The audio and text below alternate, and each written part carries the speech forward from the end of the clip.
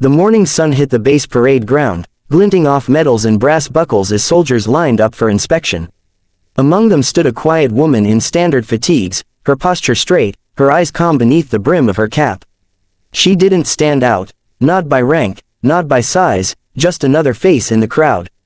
General Harlow strode down the line, boots striking hard against the pavement, his voice barking out corrections. Shirt tucked, private, chin up, corporal. When he reached her, he paused. And what's this? Didn't realize we led recruits from the library in uniform. A few nearby soldiers chuckled. The woman didn't react, she simply said, "Sir." Her tone was even, respectful. Harlow smirked. "You got a voice, soldier."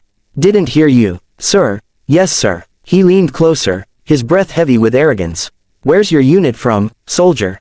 "Classified, sir." The smirk froze on his face for a second, but he covered it with a laugh. "Classified? What is this, a spy movie? You some kind of secret agent?" Again, she stayed silent. "Answer me when I'm talking to you," he snapped, grabbing her shoulder roughly. The movement was quick, practiced, the kind of intimidation he'd used for decades. But before anyone could blink, her hand shot up, catching his wrist midair. Not hard, just firm. Controlled. The laughter around them vanished. "Sir," she said quietly, still holding his wrist in place, "please don't touch me without consent." He pulled back, his pride stung. "You just assaulted a general, soldier. What's your name?" Before she could answer, a voice cut through the tension. "That's enough, General." Everyone turned. Admiral Reyes, the base commander, was walking toward them with 2 MPs and a thick folder under his arm. His eyes flicked to the woman, and for the first time, Harlow saw a glint of respect, maybe even fear, in his superior's face. Reyes handed over the folder. "Before you embarrass yourself any further, you might want to read the personnel file of Lieutenant Commander Sarah Keene, Naval Special Warfare Development Group." Harlow's jaw tightened as he opened the file. His eyes widened. "Devgru," he muttered, stunned. "Yes," Reyes said evenly. "She's one of the few women ever to complete SEAL training. 3 tours, multiple commendations, and direct operational clearance from the Pentagon. She's here for advanced joint training, not to be mocked by her own chain of command." The soldiers around them stood frozen, realization hitting like a wave. The woman, silent, unassuming, was a decorated Navy SEAL. Sarah simply stepped back, saluted the admiral, and said, "Permission to return to formation, sir." Reyes nodded. "Permission granted, Commander." The general couldn't speak. The quiet soldier he had just humiliated was now standing tall, a symbol of calm strength, respect earned not by words, but by a record no one there could match. The tension in the air didn't fade even after Admiral Reyes left. Every soldier on the parade ground stood stiff, unsure if they should move or even breathe. General Harlow remained rooted in place, staring at the folder in his hands like it was a live grenade. Lieutenant Commander Sarah Keene stood quietly in formation, her expression unreadable.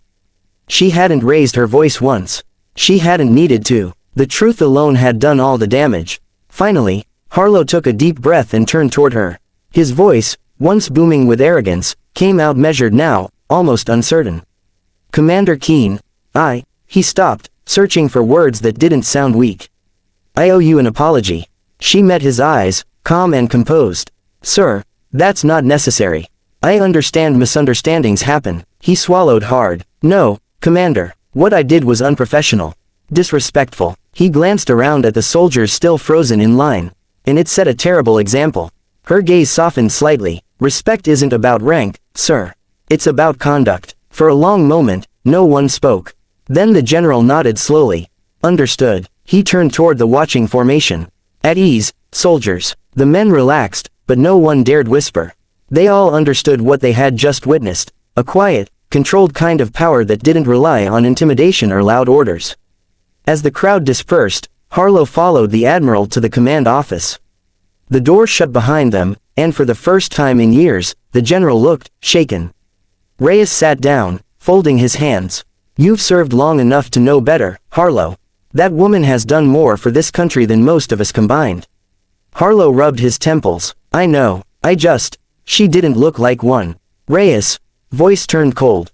"That's exactly the problem." He slid the file back across the desk. "She's leading the next joint operations training. You'll be assisting her. Consider it a professional correction." Harlow blinked. "Assisting her?" "Yes." She'll take command of the exercise.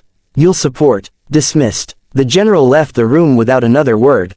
Later that afternoon, in the Tactical Operations Center, Sarah stood by the digital map, briefing a group of officers on an upcoming simulation. Her tone was firm, confident, but never loud. Every detail she spoke carried precision, the kind only a SEAL could have. When Harlow entered, she acknowledged him with a respectful nod. "Glad you could join us, sir." He returned the nod, quieter than anyone had ever seen him. "I'll follow your lead, Commander." The officers exchanged glances, disbelief turning into admiration. By the end of the session, Harlow himself was taking notes, listening, learning. As the team dismissed, Sarah gathered her files. Harlow approached her again. "You handled this morning with more dignity than I deserved. Thank you for that." She offered a small smile. "Discipline, sir. That's what separates a soldier from a fighter." And for the first time, the old general simply nodded, humbled by the very person he once mocked.